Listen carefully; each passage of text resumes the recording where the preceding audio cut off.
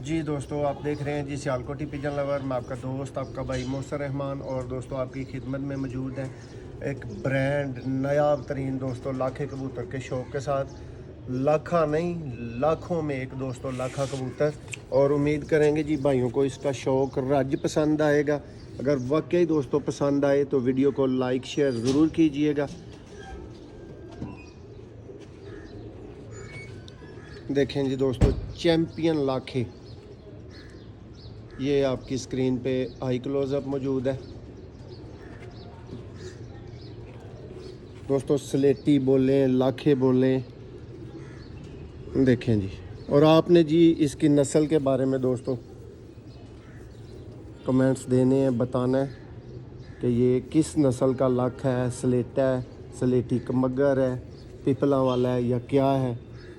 लेकिन ये बला चीज़ है दोस्तों। अगर चंद कबूतर ख़रीद के चंद कबूतर बना के दोस्तों शौक़ करना हो तो उनमें से एक कबूतर ये माशा अल्लाह, अल्लाह की कुदरत से आपकी स्क्रीन पे मौजूद है।